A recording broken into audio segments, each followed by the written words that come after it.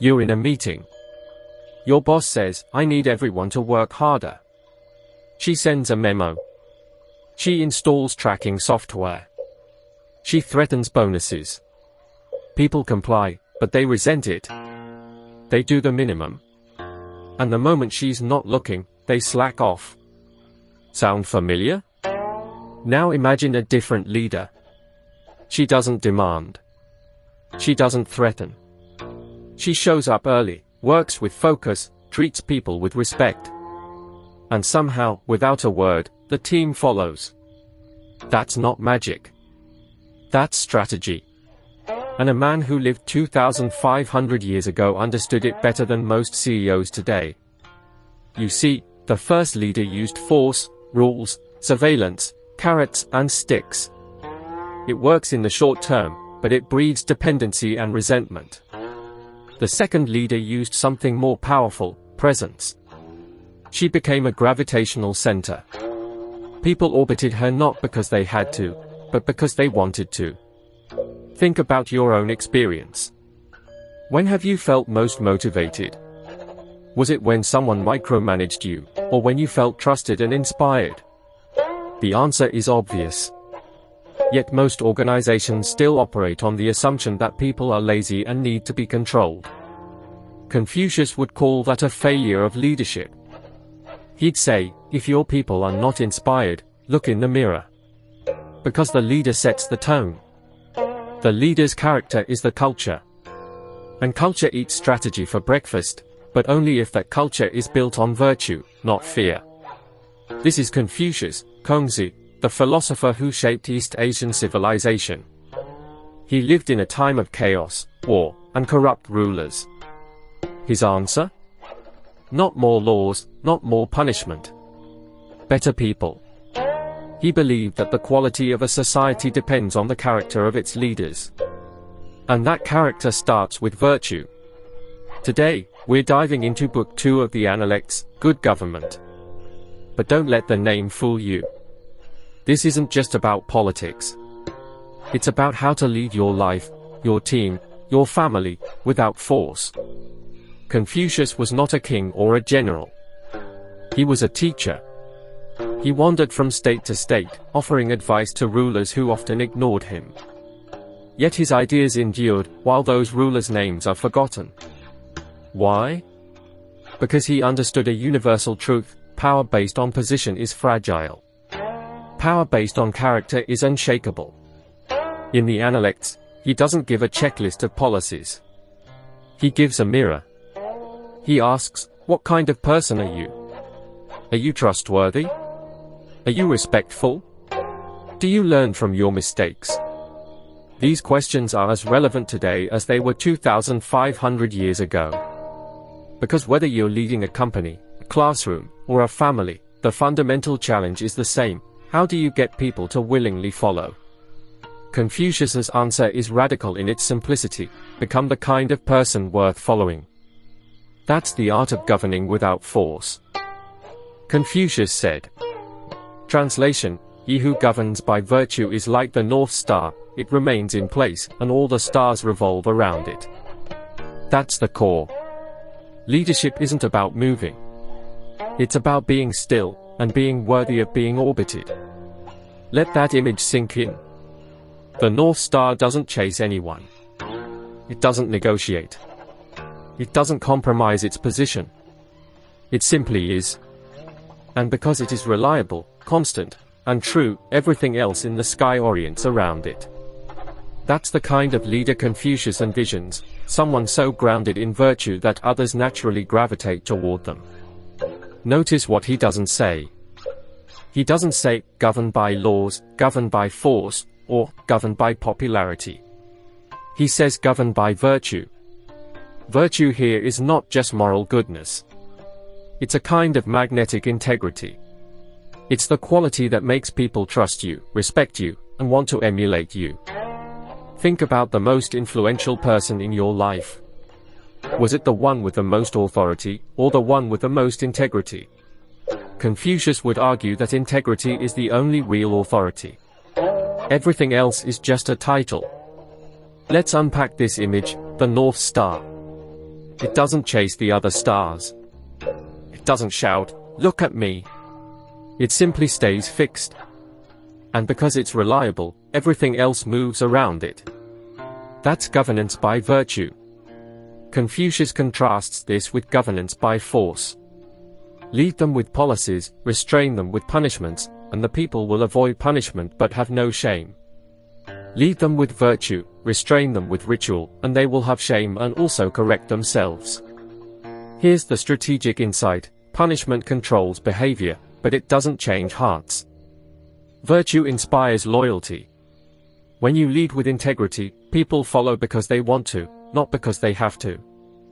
Think about your own life. When have you truly followed someone? Was it because they had power over you? Or because you respected them? The answer is almost always respect. Confucius knew this. He said, if you govern them with dignity, they will be respectful. If you are filial and kind, they will be loyal. If you promote the good and teach the incompetent, they will be eager. That's the formula: dignity, kindness, and teaching. Not threats, not micromanagement. Now, you might be thinking, that sounds nice, but it's naive. People need rules. Confucius isn't anti-rule. He's saying rules alone fail. If you only rely on rules, you get compliance, not commitment. And compliance breaks when no one is watching. Virtue, on the other hand, creates self-regulation. It's the difference between a team that works because they're afraid of being fired, and a team that works because they believe in the mission. Which team would you rather lead? There's a deeper layer here. Confucius isn't just talking about external behavior. He's talking about internal transformation. When you lead with virtue, you don't just change what people do, you change who they are. They internalize your values. They become self-governing. That's the ultimate goal of leadership, to make yourself unnecessary. Because a leader who creates dependence is a tyrant. A leader who creates independence is a sage. The North Star doesn't tell the other stars where to go. It just shines, and they find their own path. That's the art of leading without force. Confucius applies this directly to family. When asked about filial piety, he gives different answers to different people. To one, he says, do not disobey. To another, the difficult part is the expression on your face. Why the variation? Because he's tailoring the teaching to the person. But the core is consistent: respect, not just provision. Nowadays, filial piety means being able to feed your parents. But even dogs and horses are fed. Without respect, what's the difference? That hits hard. How often do we take care of our loved ones, financially, materially, but neglect the emotional respect? You can buy your parents a house and still treat them like children. You can provide for your partner and still dismiss their feelings. Confucius says, respect is the key. And respect shows in your face, your tone, your attention. It's not about grand gestures. It's about being present. In relationships, the leader isn't the one with the most power. It's the one who sets the tone of respect. If you want loyalty, show dignity. If you want love, show kindness. It's simple, but not easy. Consider the concept of color in Confucius's teaching. He says the difficult part is the expression on your face. That means you can say all the right words, but if your face shows frustration or impatience, the respect is hollow. Your true attitude leaks through your nonverbal cues. So the first step in applying this wisdom is to cultivate genuine inner respect. Not fake it. Actually cultivate it. Because people can smell insincerity. When you truly respect someone, it shows. And when you don't, it shows even more. Confucius also taught that relationships are reciprocal. Do not do to others what you do not want done to yourself. That's the golden rule, but it's also a leadership principle. If you want respect, give respect. If you want loyalty, be loyal. If you want love, Be loving. The leader sets the pattern. The follower mirrors it. So if you're in a relationship where you feel disrespected, ask yourself, have you been respectful? Not just in actions, but in your heart. Often, the problem starts with the leader. Fix yourself first, and watch the dynamic shift. At work, Confucius's advice is brutally practical. A superior person is not a vessel. Meaning, don't be a specialist limited to one function. Be adaptable, multi-skilled, a generalist who can lead. He also says, first practice what you preach, then follow through. That's integrity. In a world of empty promises, the person who does what they say is rare and respected. And then the superior person is inclusive, not divisive. The petty person is divisive, not inclusive. In team dynamics, do you build bridges or walls? Do you seek common ground or highlight differences? Confucius says true leaders unite. They don't create factions. They also warn, to attack a problem from the wrong angle is harmful. In other words, don't get stuck in one perspective. Be open. Learn. Adapt. And finally, when you see a worthy person, think of becoming like them. When you see an unworthy person, examine yourself. That's continuous improvement. Instead of criticizing others, use their flaws as a mirror for your own growth. This is how you build a culture of excellence. Not by pointing fingers, but by looking inward. Let's dive deeper into each of these points. First, not a vessel. In ancient China, vessels were specialized containers for specific purposes. Confucius is saying that a leader shouldn't be limited to one skill or role. You need to be versatile. In today's world, that means developing a broad skill set, understanding different functions, and being able to step into different roles. It's the opposite of the siloed employee who only knows their own job. A leader understands the whole system. Second, practice what you preach. This is about credibility. If you say one thing and do another, your words become meaningless. People watch what you do, not what you say. So if you want your team to be punctual, be punctual. If you want them to work hard, work hard. Your example is your most powerful tool. Third, inclusive, not divisive. This is about building unity. In any organization, there are natural tensions, between departments, between personalities. A leader finds common ground and focuses on shared goals. They don't take sides or create cliques. They bring people together. Fourth, attack the problem from the right angle. This means don't be dogmatic. Be willing to change your approach if it's not working. Confucius was not rigid, he adapted his teaching to each student. Similarly, a good leader adapts their style to the situation. Finally, examine yourself. This is the heart of self-cultivation. Instead of blaming others for problems, look inward. What could you have done differently? How can you improve? This creates a culture of accountability and growth. When the leader models self-reflection, the team follows. Confucius famously summarized his own life. At 15, I set my heart on learning. At 30, I stood firm. At 40, I had no doubts. At 50, I knew heaven's will. At 60, my ear was obedient. At 70, I could follow my heart's desire without overstepping the line. This is a roadmap of personal growth. It's not about achieving everything at once. It's about gradual mastery. First, commit to learning. Then, build a foundation. Then, gain clarity.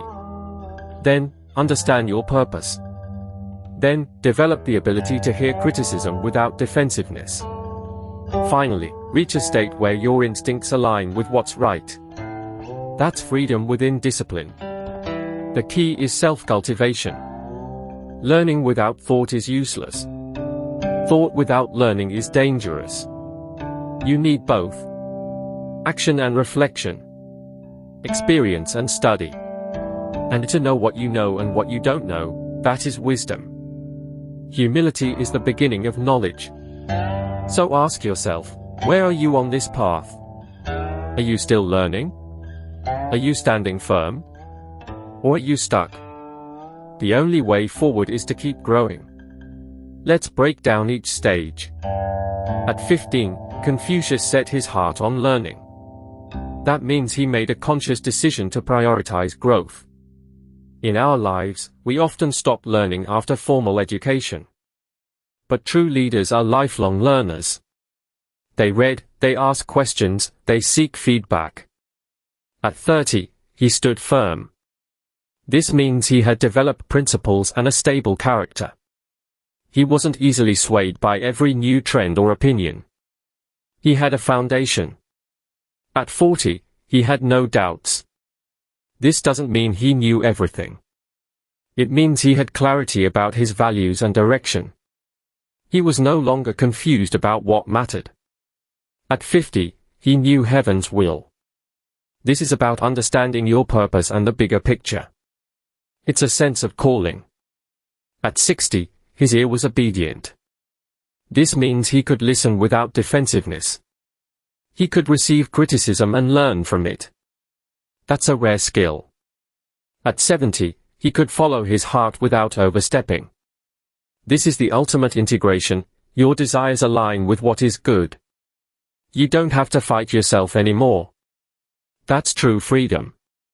Notice that it took a lifetime. There are no shortcuts. But every step is valuable. Wherever you are on this journey, the key is to keep moving forward. Don't compare yourself to others. Compare yourself to who you were yesterday. Some critics say Confucius is too idealistic. Virtue doesn't work in the real world. You need power, rules, and consequences. They point to dictators who ruled by fear and got results. But history shows that fear-based systems collapse. They lack resilience. Others argue that Confucius's emphasis on hierarchy and obedience is outdated, even oppressive. They say it suppresses individuality and reinforces inequality. There's truth in that. Confucius lived in a feudal society. His teachings were later used to justify rigid social orders. But the core insight, that character matters more than force, transcends time. The challenge is to apply the spirit, not the letter. Lead with virtue, but also with strength. Be inclusive, but don't tolerate harm. Respect tradition, but question it. The goal isn't blind obedience. It's voluntary alignment. That's the art of governance, whether in a nation, a company, or a family. Let's address the criticisms head-on. First, the real-world argument. Yes, there are times when force is necessary, to stop a crime, to enforce a contract, to protect the innocent. But Confucius is not saying never use force. He's saying don't rely on it as your primary tool. If you lead only by force, you create a brittle system that breaks when the force is removed. In contrast, leading by virtue creates a resilient system that can withstand challenges. History shows this. The most enduring organizations, from the Roman Republic to modern democracies, are built on shared values, not just coercion. Second, the hierarchy and obedience are criticism. Confucius did emphasize respect for authority, but he also said that authority must be earned through virtue. A ruler who is corrupt loses the mandate of heaven. So it's not blind obedience, it's conditional loyalty. And in modern contexts, we can adapt this to mean that leaders must earn trust. Hierarchy is not inherently bad, it can provide structure and efficiency. The problem is when hierarchy is used to suppress dissent or exploit others. Confucius would condemn that. Finally, the individuality concern. Confucius valued harmony, but not at the expense of truth. He said, the superior person is not a yes man. So individuality is respected, as long as it doesn't disrupt the collective good. The key is balance, know when to stand out and when to blend in. In a world of extreme individualism, Confucius's emphasis on community and responsibility is a necessary counterbalance. Your power is not in your position. It's in your character. Confucius's wisdom is a mirror. It asks, you the kind of person others want to follow? Not because you demand it, but because you deserve it. Start with yourself. Cultivate virtue. And watch the stars align. The journey is long, but every step matters. Begin today. Read the Analects. Reflect on your actions. Practice respect in your relationships. Be adaptable at work. Learn constantly. And remember, the North Star doesn't move. It just shines. You can be that star in your own world. Not by forcing others to orbit you, but by being so steady, so true, that they naturally gravitate toward your light. That's the art of leading without force. That's the path of the superior person. Take the first step now.